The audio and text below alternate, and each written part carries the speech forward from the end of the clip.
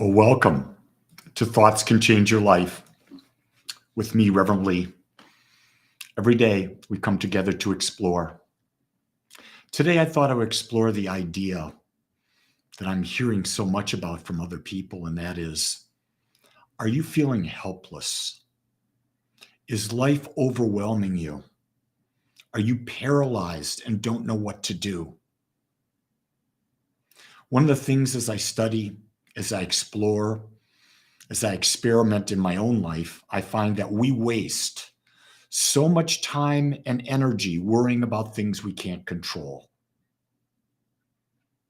So the simplest thing that I have found is to examine something, is to look at it and say, can I change it? Then if the answer is yes, do I want to expend the effort to change it? And if the answer is yes, start to change. If the answer is no, ask, why don't I want to expend the effort? Is it because I don't see enough benefit in it?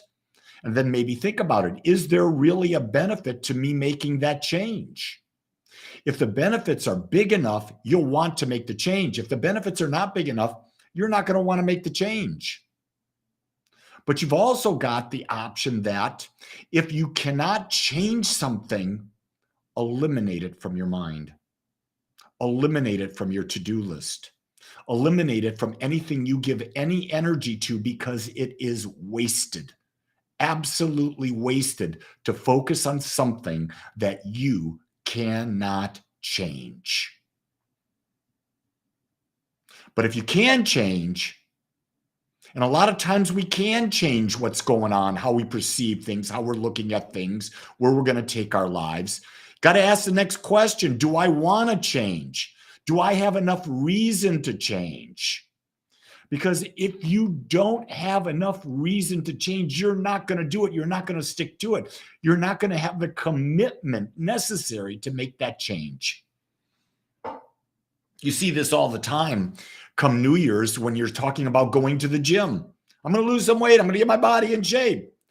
Well, most people, 99% of the people, drop out. Why? They don't have a big enough reason. Here's another one. You're in a relationship. You're not happy.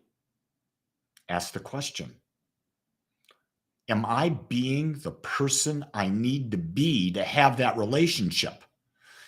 And the answer will be no.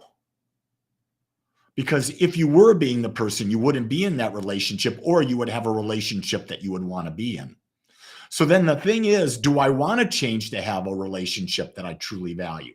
Then you start to change. Then you become that person. Doesn't mean you have to leave the relationship. You could, but you start becoming the person. And when you become the person, you make the change, you attract a whole different experience into your life. So if you're out there, please check in. I love to know who's out there. I'm seeing, Joanna, Zoe, Jean, Sarah, McBride, Joanna again, and Carly. All you others, check in. Let me know who you are and give me your questions. I want to make this about you. I want to serve you by giving you ideas that you can ponder back and forth. This is not about me. I do learn by sharing with you, because every day I got to come up with I choose to come up with a different point to talk about. And then I expound on that point. Most of the time, what I'm talking about is something that I'm exploring, that I'm learning for myself, and I'm sharing it. It also helps give me clarity. See, one of the things I've understood is that when you teach, you learn more. Carly says, how do you soothe the inner child during times of change? That's a really broad question, Carly. Is this child mature? Does this child understand that it is a powerful expression of the infinite? Or is this child there needing attention and relying on outside sources for its gratification, for its soothing, so to speak? If so, then I got to sort of say the inner child needs to friggin' grow up. You're not a child. You're a full-fledged soul, an expression of life. You've been around for eternity and will be around for eternity. This inner child thing is a human construct in the psychological realm.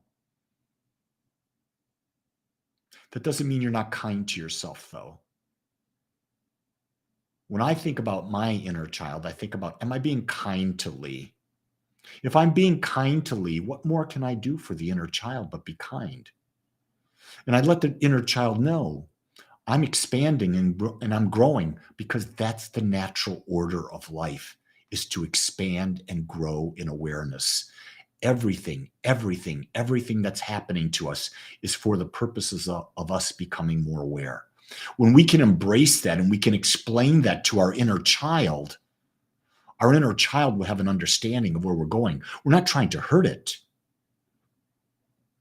We're trying to grow it. And it's natural.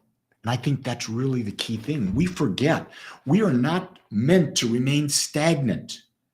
We're meant to be out there, growing, out there in the unknown.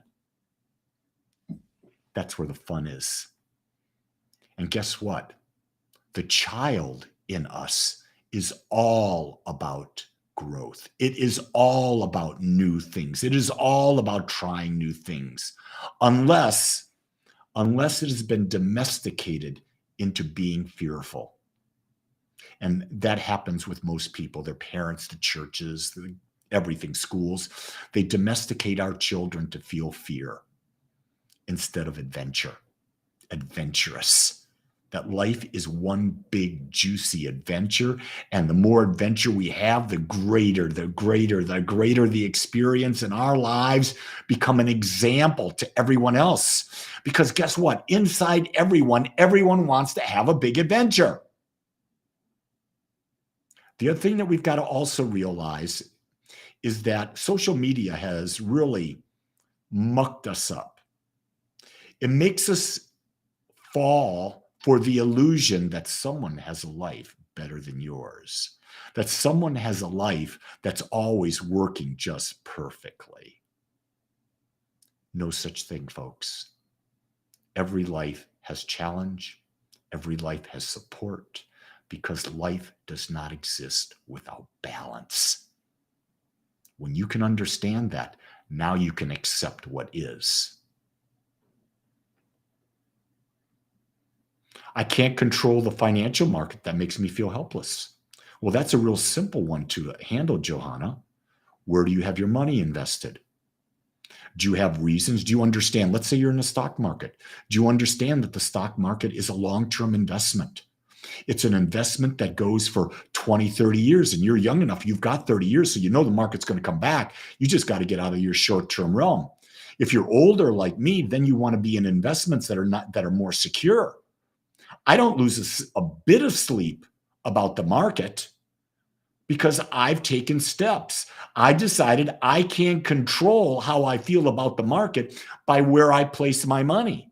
So I got educated and I got a financial advisor that I'm using, and that we understand my goals and I live with them. So I have zero fear about the market. And my perception is the market hasn't even begun to go down.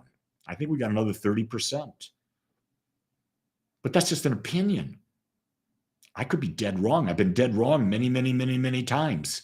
But the key thing is, in my investment strategy, the thing that I said to my advisor is, I want to sleep well at night. And I do. I never worry about it. I chose to do something about it. I found the resources. I found the person. I did it. Now I have no worry. That's the best I can give you on that. That's what I've got today. Examine your life. Can you change it? If you can, do you want to? If you want to, do it. And if you can't change it, let it go. Just let it go and fall into the ethers because you have no responsibility for it. With that, feel free, feel challenged, feel good. Why? Because only you can make that happen.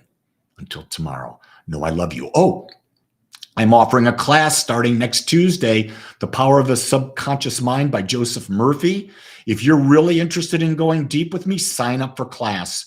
Go to agapespiritualcenter.com, click on the calendar or the calendar and events, and you'll find the class, The Power of the Subconscious Mind. Love to see you join me. Until next time, aloha.